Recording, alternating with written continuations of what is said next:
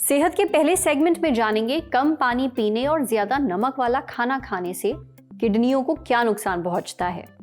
दिल्ली में सप्लाई हो रहा पानी पीने लायक नहीं है। सेहत के दूसरे सेगमेंट में जानिए दूषित पानी पीने के नुकसान और पानी को साफ करने के तरीके। विराट कोहली ने बीच मैच एक ड्रिंक पी जिसे कई लोग पिकल जूस कह रहे हैं। सोशल मीडिया पर अब इस ड्रिंक के खूब चर्चे हैं। सेहत के आखिरी सेगमेंट में जानिए क्या होता है पिकल जूस और क्या है इसे पीने के हेल्थ बेनिफिट्स।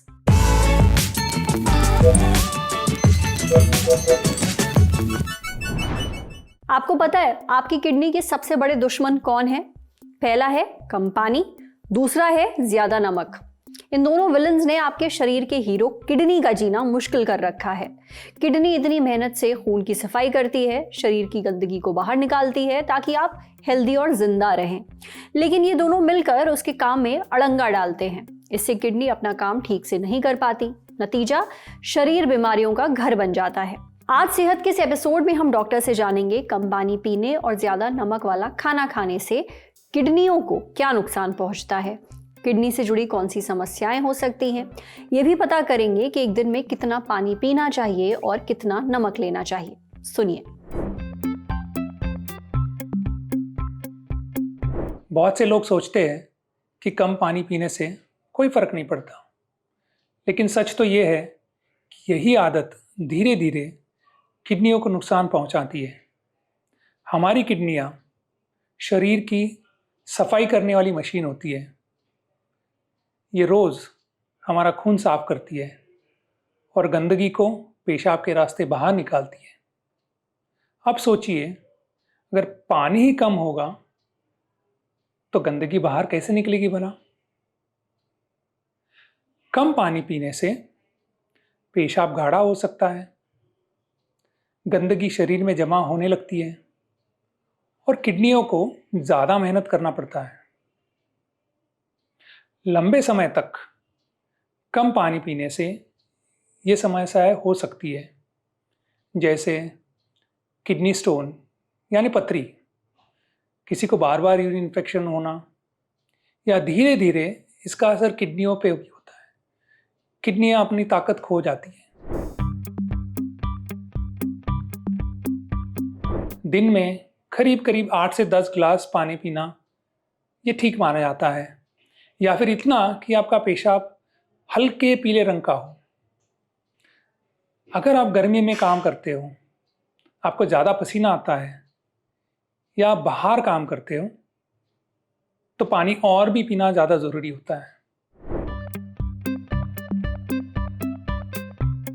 ज़्यादा नमक किडनियों का छुपा हुआ दुश्मन माना जाता है। नमक शरीर में पानी रोक कर रखता है और इससे होता है कि आपका ब्लड प्रेशर बढ़ सकता है, किडनियों पर ज़्यादा दबाव आता है। लंबे समय तक ज़्यादा नमक खाने से क्या होता है? इससे किडनियां आपकी खराब हो सकती है, आपको पथरी बन सकती है और दिल की बीमारियों का भी खतरा बढ़ सकता है। दिन में एक छोटी चम्मच काफ़ी है नमक, यानी लगभग 5 ग्राम पूरे दिन के लिए काफ़ी होता है। पर ध्यान रखिए, नमकीन पैकेट वाले स्नैक्स, फास्ट फूड, अचार, पापड़, फ्रायम्स, इन सब वस्तुओं में नमक की मात्रा खूब ज़्यादा होती है, तो आप इनको संभल के खाइए। अगर आप चाहते हैं कि आपकी किडनियां लंबे समय तक स्वस्थ रहे, तो आज से 3 काम ज़रूर करिए।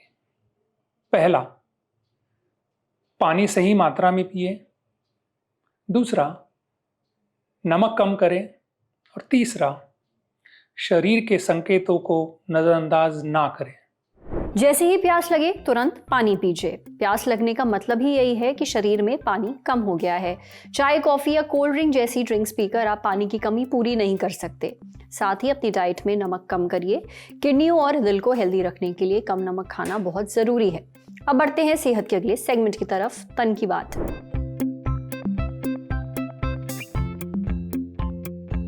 CAG यानी कंट्रोलर एंड ऑडिटर जनरल की एक ऑडिट रिपोर्ट आई है। दिल्ली जल बोर्ड की वाटर सप्लाई पर। यह रिपोर्ट 7 जनवरी 2026 को दिल्ली विधानसभा में पेश की गई। इस रिपोर्ट से पता चला है कि दिल्ली को सप्लाई हो रहे पानी की टेस्टिंग, ट्रीटमेंट और मॉनिटरिंग में बड़ी गड़बड़ियां हैं। 5 सालों तक इस पानी को ऑडिट किया गया। जांच के दौरान लिए गए ज्यादातर ग्राउंड वाटर सैंपल मानकों पर खरे नहीं उतरे।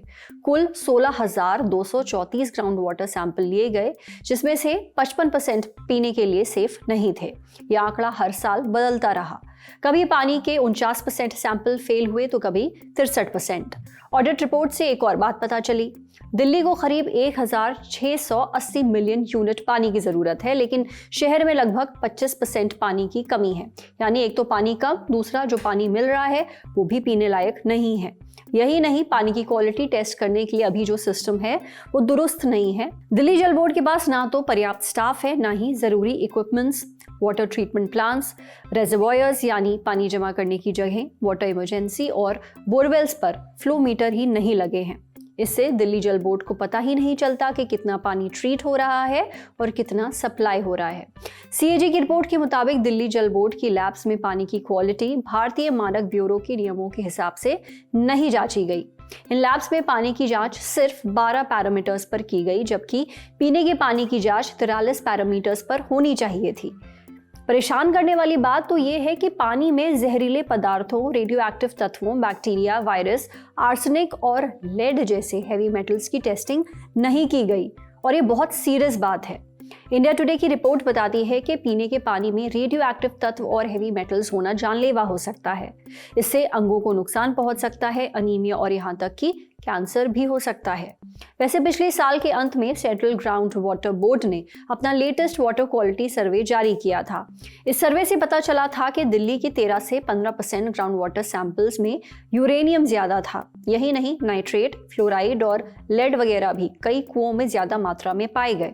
दिल्ली में हजारों ट्यूबवेल रोज घरों तक पानी पहुंचाते हैं, इसलिए ये और भी चिंता की बात है। दूषित पानी पीने के क्या नुकसान हैं, और अगर कोई ऐसे एरिया में रहता है जहां गंदा पानी आता है तो वो क्या करे, ये हमने पूछा सीके बिरला हॉस्पिटल गुरुग्राम में इंटरनल मेडिसिन डिपार्टमेंट के associate director doctor Tushar Tayal से। डॉक्टर तुषार बताते हैं कि दूषित पानी में बैक्टीरिया जैसे ई कोलाई, अलग अलग वायरस और पैरासाइट्स हो सकते हैं।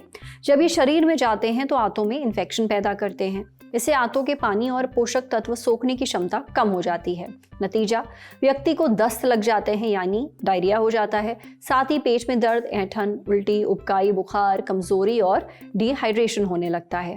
अगर दूषित पानी में सैल्मोनेला टाइफी नाम का बैक्टीरिया मौजूद है तो इससे व्यक्ति को टाइफॉइड हो सकता है। ऐसा होने पर तेज और लंबे वक्त तक बुखार रहता है, सिर दर्द होता है, कमजोरी होती है, पेट दर्द होता है, भूख नहीं लगती, दस्त या कब्ज भी हो जाता है। इसलिए अगर आप ऐसे एरिया में रहते हैं जहां अक्सर दूषित पानी आता है तो जिला प्रशासन को तुरंत इसकी जानकारी दें। पानी हमेशा 10 से 15 मिनट उबालने के बाद ही पिएं। आप आरओ या फिर यूवी टेक्निक वाला वाटर प्यूरिफायर भी लगवा सकते हैं, लेकिन बहुत ज़रूरी बात है कि समय समय पर इसकी सर्विसिंग ज़रूर करवाएं। अगर प्रशासन से पानी में क्लोरीन टैबलेट डालने की सलाह मिली है तो वो भी कर सकते हैं। अगर आपके एरिया में टैंकर से पानी सप्लाई होता है तो ऐसा पानी पीने से पहले उसे ज़रूर उबालें। ज़्यादातर मामलों में टैंकर का पानी बोरवेल या खुले स्टोरेज से आता है, जहां इसमें कीटाणु या गंदगी मिलने का खतरा रहता है। इसलिए पानी को इस्तेमाल करने से पहले साफ करना बहुत ज़रूरी है। जब पानी साफ हो जाए तो उसे साफ और ढके हुए बर्तन में ही स्टोर करिए ताकि वो दोबारा दूषित ना हो पाए। समझे? अब बारी है सेहत के आखिरी सेगमेंट की, खुराक यानी झक्कासी हेल्थ टिप। विराट कोहली की एक क्लिप आजकल खूब वायरल हो रही है। ये क्लिप है इंडिया और न्यूजीलैंड के बीच खेले गए तीसरे और आखिरी वनडे मैच की। 18 जनवरी को ये मैच इंदौर में खेला जा रहा था। विराट कोहली क्रीज पर थे, तभी बीच मैच उन्होंने एक ड्रिंक पी। इस ड्रिंक को पीते हुए कोहली का रिएक्शन सोशल मीडिया पर वायरल हो गया। लोग गेस करने लगे कि आखिर उन्होंने पिया तो पिया क्या। कई लोगों का कहना है कि विराट कोहली ने पिकल जूस पिया है। पिकल माने अचार। साल 2021 में इंडियन विमेंस हॉकी टीम के strength and conditioning coach when Lombard ने बताया था कि पिकल जूस खिलाड़ियों की रिकवरी में मदद करता है, मांसपेशियों में ऐंठन यानी क्रैम्प से भी बचाता है। लेकिन ये पिकल जूस होता क्या है और इसे पीने के क्या फायदे हैं, ये हमने पूछा आर्टेमिस हॉस्पिटल्स में क्लिनिकल न्यूट्रिशन एंड डायटेक्स डिपार्टमेंट की team lead doctor Anshul Singh से।